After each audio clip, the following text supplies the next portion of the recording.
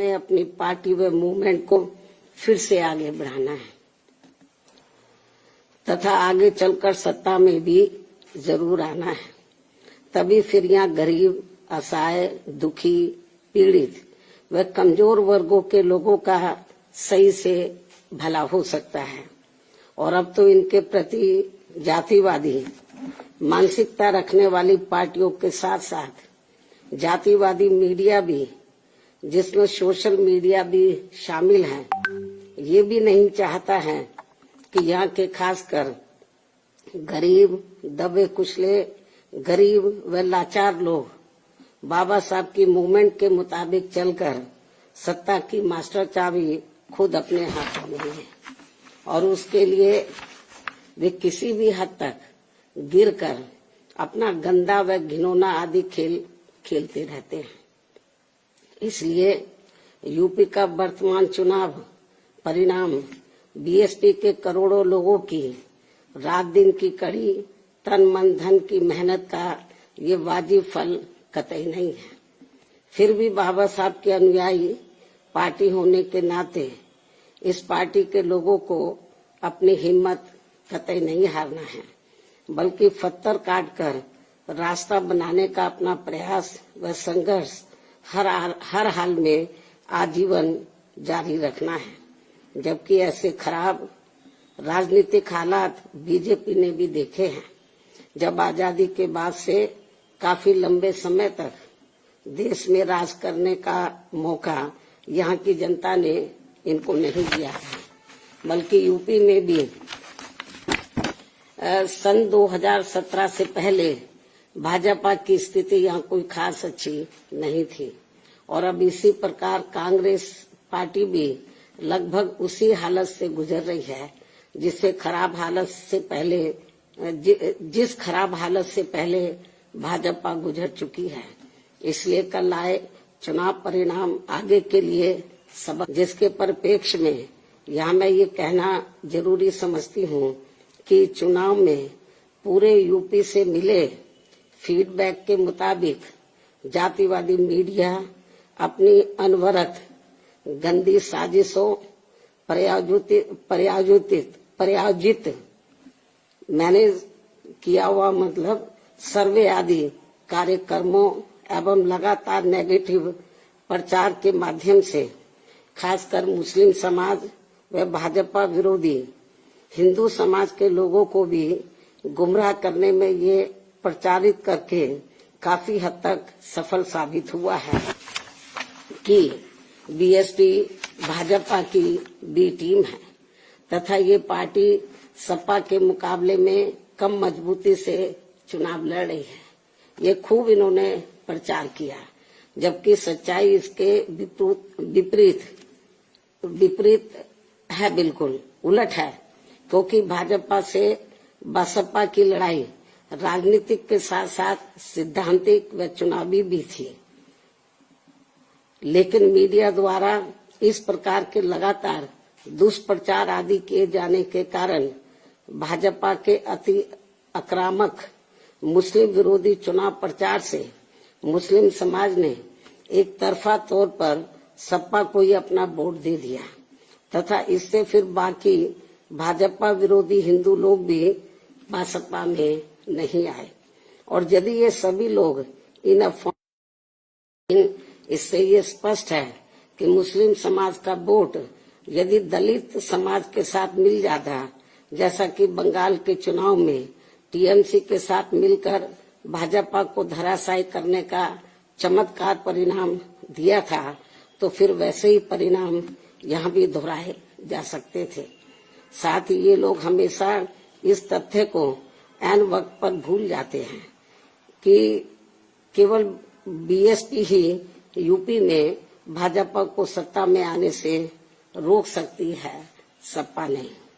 इनकी इसी गलत सोच का ही ये नतीजा है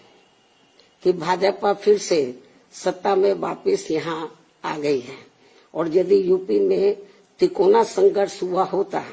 जिसकी पूरी संभावना भी थी, तो तब यहाँ यूपी के परिणाम बीएसपी की अपेक्षा के मुताबिक आते तथा फिर भाजपा को सत्ता में आने से रोक लिया जाता। अर्थात कुल मिलाकर मुस्लिम समाज बीएसपी के साथ तो लगा रहा, किंतु इनका पूरा वोट समाजवादी पार्टी की तरफ शिफ्ट कर गया और इनके इस गलत फैसले से बीएसपी को बड़ा भारी नुकसान ये हुआ कि बीएसपी समर्थक अपर कास्ट व ओबीसी समाज की विभिन्न जातियों में भी ये डर फैल गया कि सपा के सत्ता में आने से दोबारा यहाँ जंगल राज आ जाएगा और फिर ये लोग भी भाजपा की तरफ चले जाएंगे। इस प्रकार से भाजपा को हराने के लिए मुस्लिम समाज ने बार बार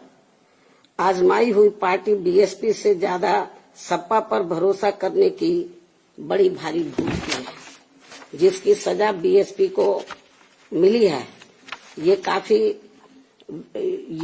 काफी कड़वी व सीख लेने वाली भी है। जिसकी सजा बीएसपी को मिली है कि हमने इन पे भरोसा किया, जिसकी सजा बीएसपी को मिली है वह काफी कड़वी व सीख लेने वाली भी है। इसलिए इस कड़े अनुभव को खास ध्यान में रखकर ही अब बीएसपी आगे अपनी रणनीति में बदलाव जरूर लाएगी। लेकिन ऐसे हालातों में भी बीएसपी मूवमेंट के हित में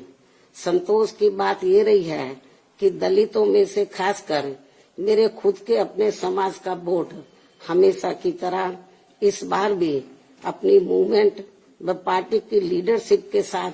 चट्टान की तरह पूरी मजबूती के साथ खड़ा रहा है। जिन पर मैं कितना भी गर्व महसूस करूं वह कम ही होगा तथा उनका जितना भी मैं आभार प्रकट करूं वह कम ही होगा। और अब मेरी उन सभी से ये भी अपील है कि उन्हें अपना मनोबल बिल्कुल भी नहीं गिरने देना है, क्योंकि बाबा साहब के अनुयायी कभी भी अपनी हिम्मत नहीं हारते हैं तथा वे अपना संघर्ष लगातार जारी रखते हैं।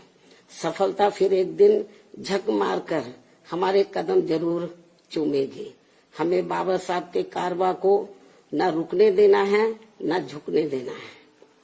साथ ही हमें ये भी मानकर चलना चाहिए कि अब बुरा वक्त खत्म होने वाला है, क्योंकि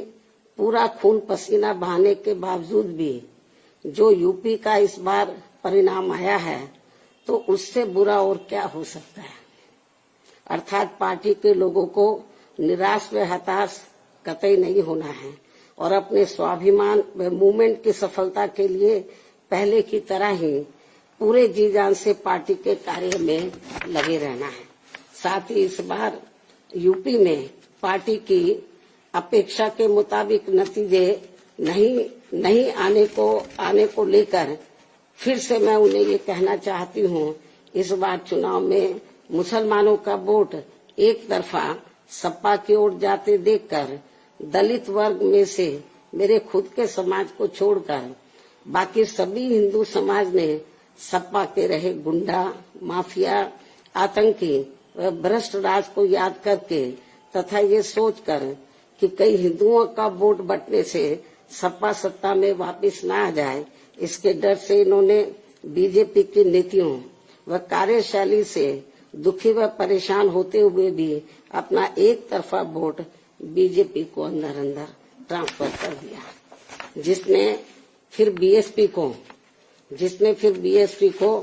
सन 1977 में कांग्रेस पार्टी की हुई स्थिति की तरह यहाँ इस चुनाव में लाकर खड़ा कर दिया है। हालांकि इसके बाद फिर अगले हुए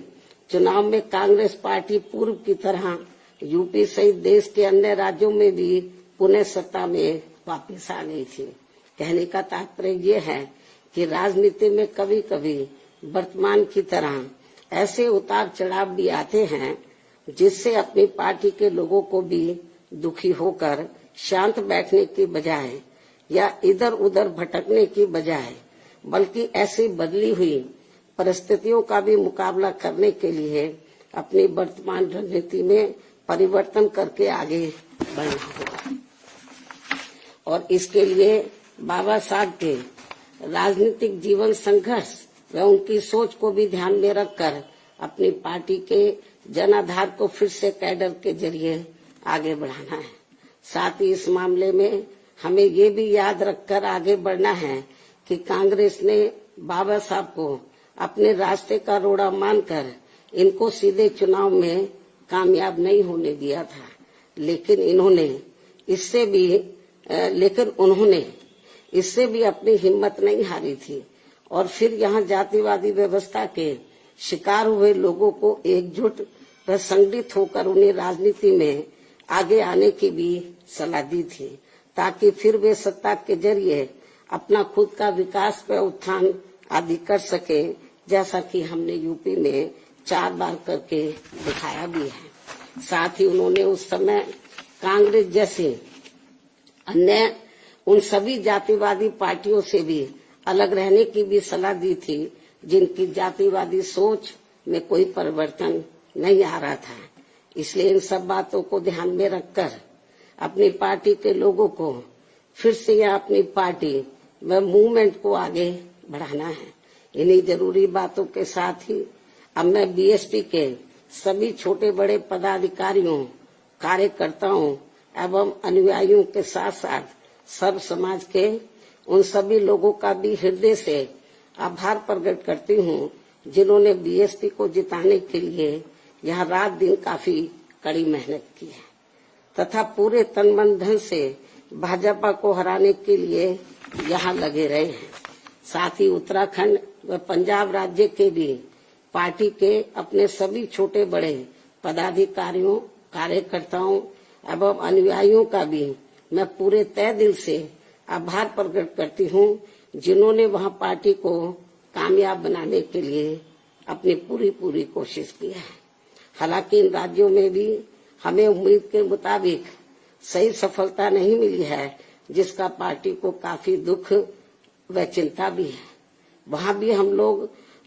वर्तमान जो राजनीतिक हालात चल रहे हैं, तो उसको ध्यान में रखकर हम लोग आगे की रणनीति बनाकर अपनी पार्टी और मूवमेंट को आगे बढ़ाएंगे। और अब मैं इन्हीं जरूरी बातों के साथ ही अब मैं अपनी बात यही समाप्त करती हूँ। धन्यवाद। जय भीम व जय भारत।